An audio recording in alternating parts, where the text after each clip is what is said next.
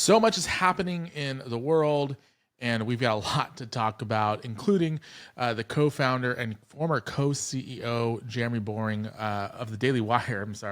Jeremy Boring is stepping down as co-CEO to step into a entertainment-based role. Elon Musk is winning the war, whether we like it or not, or whether you like it or not, I should say, because Twitter is actually, or X is actually worth something once again.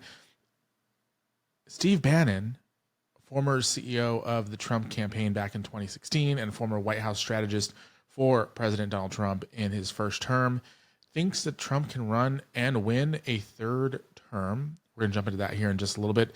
And Democratic talking head Harry Sinsien, I believe is how you pronounce his name, he's got some problems.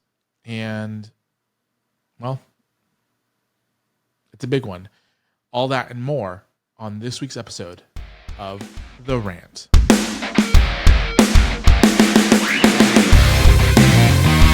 My name is Ruben J. This is The Rant. And let's go ahead. Let's start out with the first things first. We're going to start with, I think, is the most important thing to talk about, which is Steve Bannon's take that Donald Trump can run for a third term and that he would win. And so here's the thing. I think that if President Trump were able to run for another term at this point in time where he's at in this second term, do I think that he would win that election? I do think so. I do think he would win. The bigger issue that I have with what Steve Bannon is saying on Andrew Cuomo or Chris Cuomo's show is that Trump could even run for a third term. So let's go ahead. Let's watch the clip, and then I will dive into kind of some of the conversation that is happening right here. You have anything to do with putting your name in that list because you have presidential ambitions? No. And President Trump, I'm a firm believer that President Trump will run and win again in 2028. So I've already endorsed President Trump. A man like this comes along once every century if we're lucky. We've got him now. He's on fire, and I'm a huge supporter. Want to see him again in 2028. And obviously, anybody who doesn't like what you say but judges it as a function of a lack of intelligence doesn't know anything about you. I don't make that mistake. You're a smart guy. You know he's term limited. How do you think he gets another term? We're working on it. I think we'll have a couple of alternatives. Let's say that. We'll see. We'll see what the definition. We'll see what the definition of term. We'll see what the definition of term limit is. So first things first. Nope. No way. No. Thank you. No, thank you, Steve Bannon. We are not. As somebody who is a supporter of President Trump, somebody who voted for President Trump multiple times, somebody who is extremely happy with the job that President Trump is currently doing, as somebody who would vote for Trump again if he was legally able to run, this is not something that we need in this country. This is not something that I want in this country. It's not something that I am endorsing in this country. In fact, I think talk like this gives fodder to the fire of Trump being a dictator, or Trump wanting to be a dictator. Because if you remember correctly, not to compare Trump to Hitler, but Hitler was the duly elected chancellor of Germany. And then he and his party changed the law so that he can stay in power and took complete control of the government.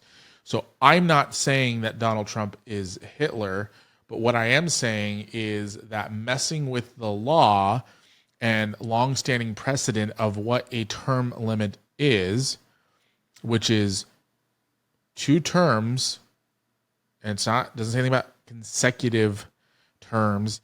I believe the most a president can serve is 10 years if they inherit the office 2 years into a term and are able to be elected again twice. 10 years is the max. My understanding, of course. I think, if you are a constitutional scholar, please correct me if I'm wrong. But President Trump is not eligible for a third term. And I definitely want to give kudos to Chris Cuomo here for pointing that fact out and not giving in and not just letting it brush itself off This is not something that needs to happen or should happen in America. Steve Bannon, you are wrong about this take. This is not something that we need. This is not something that America needs. And here's the thing. Even if President Trump was able to attack the national debt, even if President Trump was able to make inflation go into reverse and it became deflation, even if President Trump started handing out eggs like Halloween candy, even if President Trump made it so that everything in this country was so affordable that I could buy a house tomorrow with like a $10 down payment, even then, I would not say that President Trump should be reelected for a third term, or that the term limits should be changed to appease President Trump, because we've had great presidents in the past. We've had multiple presidents in the past that did a great job. Ronald Reagan is one of those presidents. But does that mean we should change the law? No, because here's what ends up happening. Even if best case scenario, okay, President Trump is able to change the law, is able to run for a third term, wins the third term, and then says, you know what? I'm too old to be president anymore. I am going to step down at the end of this third term. That doesn't stop somebody who is power hungry, somebody who does want to control, somebody who does want to be a dictator, a real dictator, not a faux like executive power dictator that Trump joked around about being a dictator for one day, but a true dictator, somebody in the same breath of Kim Jong-un, Vladimir Putin, Xi Jinping, Vladimir Zelensky. That one was a joke, even though he is kind of a dictator. What's to stop them from winning 3 terms in a row and then them deciding, hey, you know what? I've done a great job. Why don't we just change the law for me to be chancellor forever? So Steve Bannon, this is not something that we should have in polite society. This is not a conversation that we should just be having willy-nilly. This is a serious conversation that needs to be stopped. And again, kudos to Chris Cuomo for doing so. This is not an acceptable thing. It's not going to happen. Now, can President Trump be an influential member of the Republican Party moving forward post-presidency? Absolutely. I think he will be. I think his family is going to be a power player in Washington until the end of America. I don't think that 2028 is going to be the last that we hear of Trump, especially if J.D. Vance runs for president and wins, especially if Barron Trump eventually wants to run for president, which it seems like he may want to do, especially if Donald Trump Jr. wants to get involved in politics on a grand level. So President Trump will stay in the conversation for a very long time. That is not going to change, I don't think. But he's definitely not going to stay in power. He's definitely not going to be president for a third term. Those days are long gone, and at this point in time, it would not be something that would be beneficial for the country. Now, what is beneficial for the country is Elon Musk and Doge and X and all of that. So the New York Post, I did a segment on this a while back, talking about how X was worth $45 billion, according to, I don't remember the publication at the time, but now the New York Post is sharing the same reporting that Elon Musk has basically made all his money back on X as far as like valuation of the company goes. So Elon Musk's X has reportedly gained a $44 billion valuation, the same price that the world's richest person paid to buy the social media site in 2022. Now, a couple of things to remember. Number one, X/Twitter was never worth $45 billion or $44 billion. It was always overinflated for the price that it was valued at in general. But even then, Musk paid a premium to take over Twitter. Like, if you remember correctly, Musk had to threaten lawsuits to take over Twitter because he made a deal that any company in their right mind, like when you are offering a premium on a stock that large, and I don't remember what the premium was. I think it was like a $10 or $15 premium on the stock.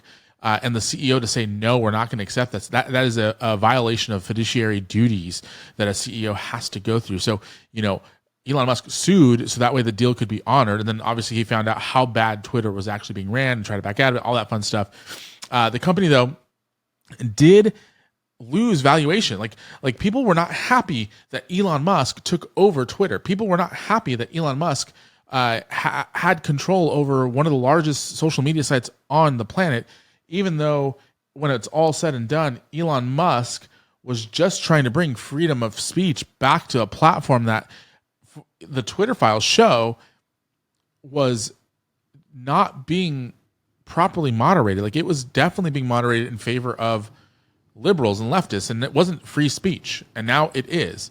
And immediately after purchasing Twitter, advertisers fled.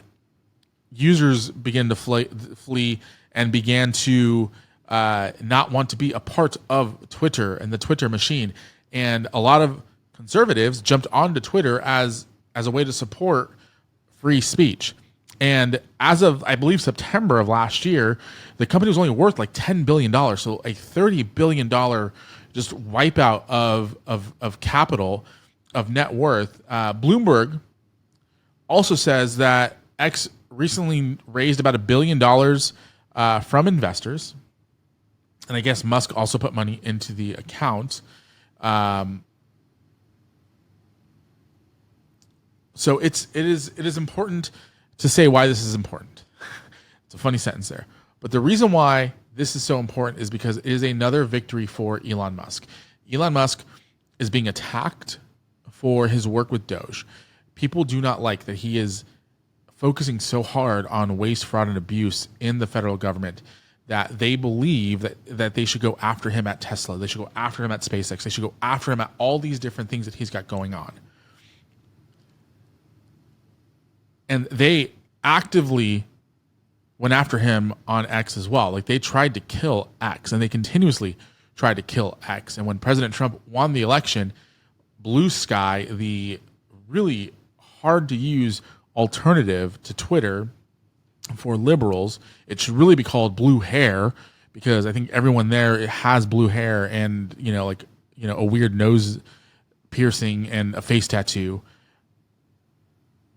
They skyrocketed in users in a blatant attempt to try to kill Twitter, to try to kill X. And it didn't work. X is trying to become an everything app.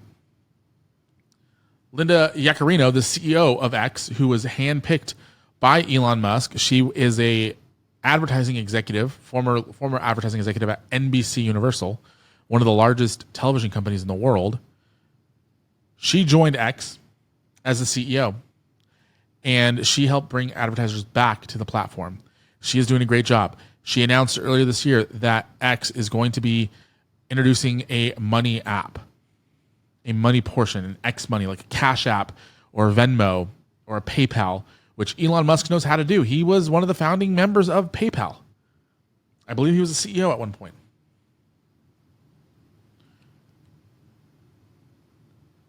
This is huge. This is huge news. Now, it's possible that the valuation for X is largely dominated by his Grok AI system, which is incredible. I don't know if you've had the chance to play with Grok. If you haven't, create an account on Twitter, on X, and go try Grok. It is fantastic. It gives me better results for what I use AI for than any other language model AI system out there. 100% worth it. It is a great system. Is it possible that the valuation for X is mainly based off of Musk's proximity to President Trump? Probably. There's a good chance of that. There's a good chance that people see Elon Musk near the president and say, hey, we should throw money at this. But I don't think smart investors are going to throw money after something that's just proximity to the president and a bad product. Unless your name's Hunter Biden, of course. Then you're selling paintings for $500,000, and the minute your dad's no longer in office, the painting stopped being sold. What's that all about? The other big thing to note about X is that while revenue is down at X, their profit margins are up. And you're going to be like, Ruben, how's that possible? What if your revenue is down? How's your profit up? Well, Elon went in there and made sure that the company could run on smaller margins. So now he needs to bring in less money to make more money. Yeah, it doesn't sound like it makes sense, but if you run a restaurant and 70% of your costs are labor and you have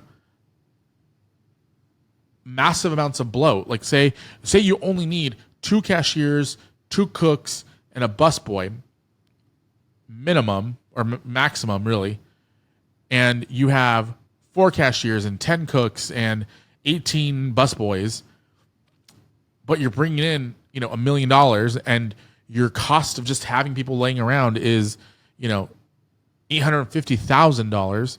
But then you realize, hey, you know what? I need to actually start letting people go. So you cut that down to like $500,000 in or even less than that, whatever the number is. You cut it down. I think you cut 80%. So you go call it $150,000 in labor cost.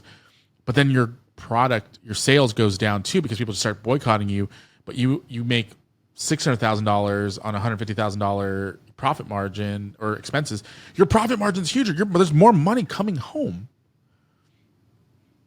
If you are making $10 and you spend $7 to make that $10 because you have to drive back and forth, and then you find a stay-at-home job that pays you $8 but only costs you $1, your profit margin, your take-home pay is greater.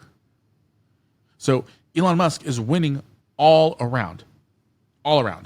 And on top of that, Musk gave 25% stake in XAI, a company that is itself valued at $45 billion. 25% stake of that to the investors in Twitter as a make good. So it is a great thing. It is a great thing for Elon Musk and a great thing for America that X has been purchased by somebody who believes in free speech, because it is a big deal to have free speech. Whether you agree or disagree, it is a big deal.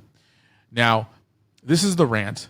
It is a podcast. It is video clips. It is a social media page that is designed for me to just spew my thoughts. If you like it, great. Follow me. Subscribe. Be part of the conversation. Leave comments down below. I love to hear from you. I love to hear your thoughts, especially if you disagree. Now, if you disagree, please have a conversation. I'd be more than happy to send you the link so that way you can join this conversation and we can have a conversation face-to-face via video, as long as we can put it out on the internet for the whole world to see. But make sure that you're subscribing. Make sure that you're following. Make sure that you're engaging, because this is a fun conversation that we're having. It is a very, very fun conversation. Now, the other big news in the world of conservatism, The Wrap is reporting that Daily Wire co-CEO and co-founder Jeremy Boring is stepping down. So Jeremy Boring, the co-founder of the Daily Wire, the conservative media company that is home to political commentators such as Ben Shapiro, Matt Walsh, and others, announced on Tuesday that he is stepping down as co-CEO. Axios, of course, was the first outlet to report the news. Moving forward, Boring will stay with the company, will shift into an advisory role, and focus on the Daily Wire's creative projects. So while I'm kind of adding commentary here and saying you can consider him kind of the chief creative officer for the Daily Wire, he's going to be, or an executive producer, which he is the executive producer on everything, but he is going to be the guy who is focusing on the films and the TV shows and all that fun stuff. Boring will also remain as host of Daily Wire Backstage, a monthly show where all the hosts on the Daily Wire get together and talk about different things. It's a new chapter, Boring said on X. Boring co-founded the Daily Wire with Ben Shapiro and Caleb Robinson, who is now the new CEO of Daily Wire. He was a co-CEO for a long time, but now he's the lone CEO. Over a decade ago, they founded the company. The company moved to Nashville in 2020. The Daily Wire is on track to hit $200 million in annual revenue this year, and the company was valued at more than $1 billion. Apparently, they're raising more money. Now, here's what I believe. There are a lot of conversations going on that Jeremy Boring was forced out of his position. There are a lot of commentators who believe that Jeremy Boring is losing the Daily Wire lots of money. There are cases to be made that Jeremy Boring has screwed the pooch on more cases than one. And this is somebody, me, having this conversation openly as somebody who would not mind working for the Daily Wire at some point. Caleb Robinson, if you want to give me a contract, I would be more than happy to host a show for the Daily Wire. There is a case to be made that Jeremy Boring has done a few things that was not the best interest in the Daily Wire, or for the Daily Wire. The biggest one that comes to mind is allowing Brett Cooper to walk away. Brett Cooper was a cash cow. She was a Gen Z influencer that had a following, that still has a following, whose following is bigger than the Daily Wire's new version of her show. Allowing her to walk because you didn't like the terms that she wanted, which my understanding was she wanted to work from home and she wanted to work a couple less days and she wanted a little bit more money. All that sounds, if you're not in the industry, it doesn't make sense. Why would you pay somebody more money to work from home and work less? But when they are bringing you in a ton of money and a ton of eyeballs, it makes sense to allow them to work less and work from home. It really does. The Candace Owen debacle, and I disagree with a lot of what Candace Owens had said. I disagree with a lot of Candace Owens' decisions and her defending of Kanye West and her takes on Israel. I do not agree with her. But I think that the way the Daily Wire under Jeremy Boring handled the Candace Owens situation was not a good one.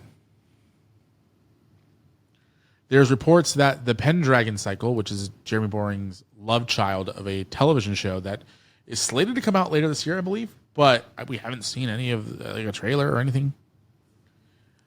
They were supposedly doing a Snow White remake, a non-woke version of it with Brett Cooper. People say that it's been filmed. People say that it hasn't been filmed. I don't know what's going on there. I don't work for the Daily Wire. I have no idea. So I don't know what is actually going on there. But the reports are that both those projects lost money. There are reports that say that the only profitable part of the Daily Wire is Ben Shapiro and, at the time, Brett Cooper. I don't believe that. Do I believe that the company is spending money to build an entertainment library and to be able to compete with the Netflixes and the Disneys of the world and provide good entertainment? They have some great stuff. Yeah, I think they're spending money. They're building out BentKey, which is a kids' streaming platform.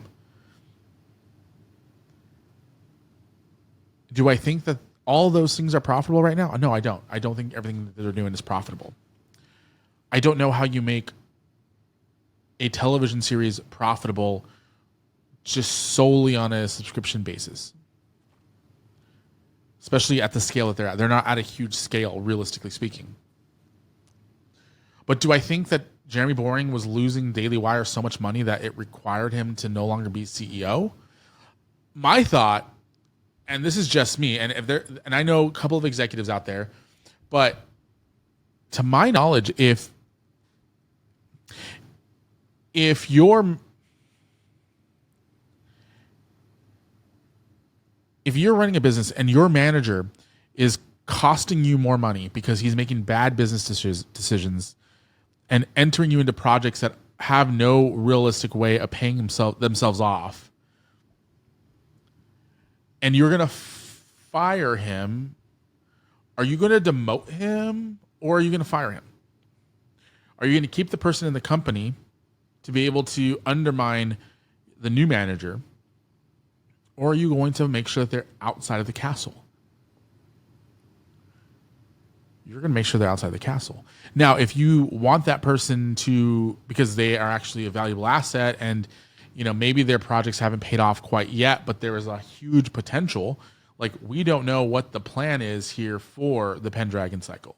We don't know if there's going to be an ad-supported version of these shows. We don't know any of that stuff yet. So we don't know how that works out. So maybe Jeremy Boring just wanted to spend time with his kids and his family and not have to worry about the day-to-day of the Daily Wire and be able to come in once a month and shoot backstage and maybe do his Enough podcast that he did periodically and then never again. Who knows? I don't know. This is big news. Either way, Jeremy Boring was driving the Daily Wire for a very long time, and now he is no longer the CEO. I really do not think, I really don't think that there's anything nefarious here, because I do not think he would remain part of the company. I really just don't. If Jeremy was doing a bad job and the company was going bankrupt like people think they are, I think they would have fired him. I don't think they would let him stick around. I don't think they'd let him stay around in the lobby, even though he owns part of the company. I just don't think so. Look at WWE.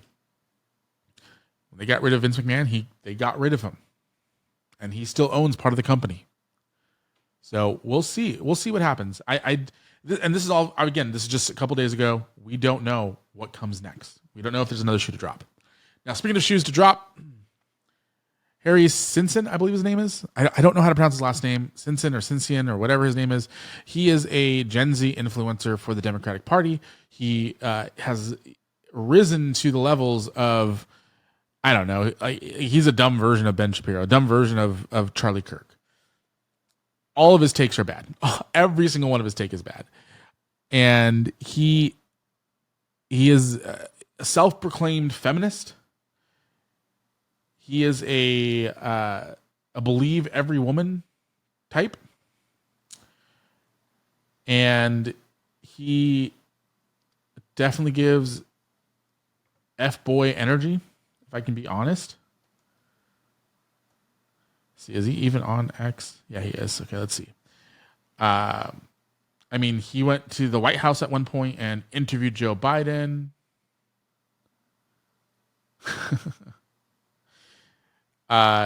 He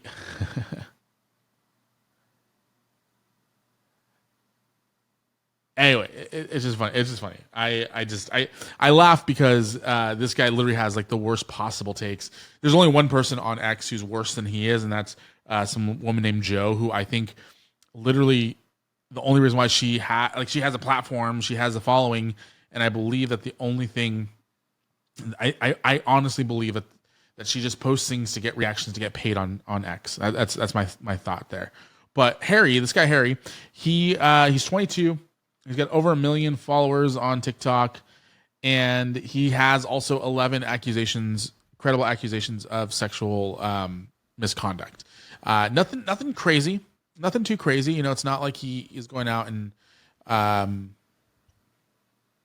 forcing people to do stuff. He's just a liar and manipulating young girls to do things for him on Snapchat and social media, using the idea of exclusivity and promising that it's just the two of them. And so the reason why I bring this up isn't because it's actually a relatively big news story, because it really isn't a relatively big news story, because it's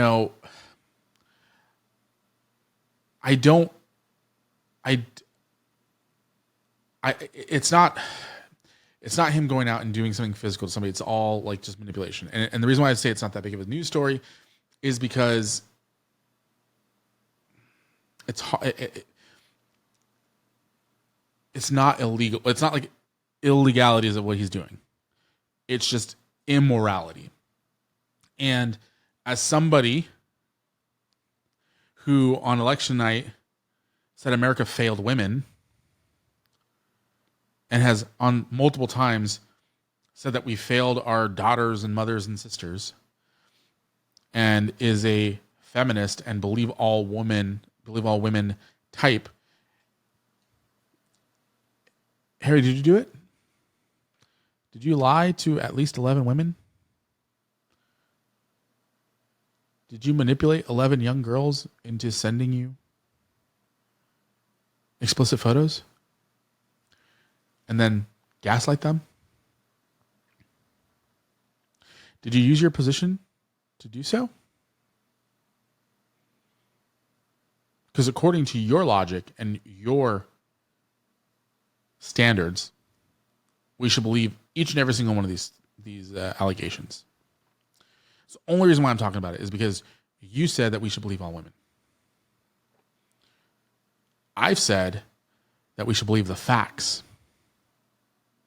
Everything I've said today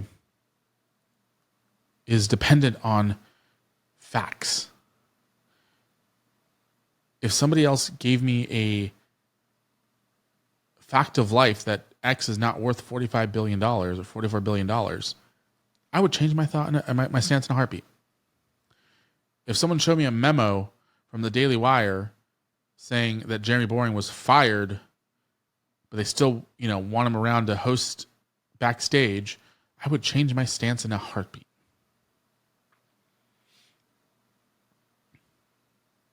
I believe that there needs to be fact towards allegations, not just feelings. And there's evidence against you, Harry. There's evidence saying that you, in fact, did lie to these young girls. That you, in fact, did manipulate them into sending you stuff. And then you gaslit them. And for that, we shall hold you responsible until you can prove otherwise, based off of your standards, which is believe all women. So, Harry, you're going to apologize? Or are you going to say, like you did earlier today, feeling good today, let's continue to fight for democracy and stay focused on stopping Trump? Because that's all that matters, right? Is that it doesn't matter how you treat people or what you do to people or how they perceive things, as long as you stop Donald Trump.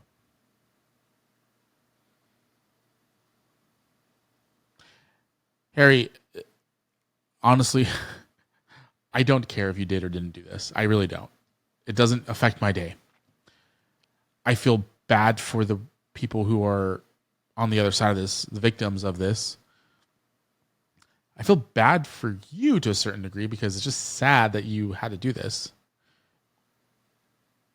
But I hope your standards comes and bites you in the ass, because as far as I care, it doesn't matter to me. But I'm holding you to your standard. You did this until proven otherwise. And all that to say, to make sure you subscribe to the Rant. Follow me on X, on Twitter. Same thing on Facebook, YouTube, TikTok, all the fun places. At the Ruben J on most of those places. At the rant.rubenj on Instagram and Twitter, or Instagram and TikTok. Just follow me. Let's have some fun next time on The Rant.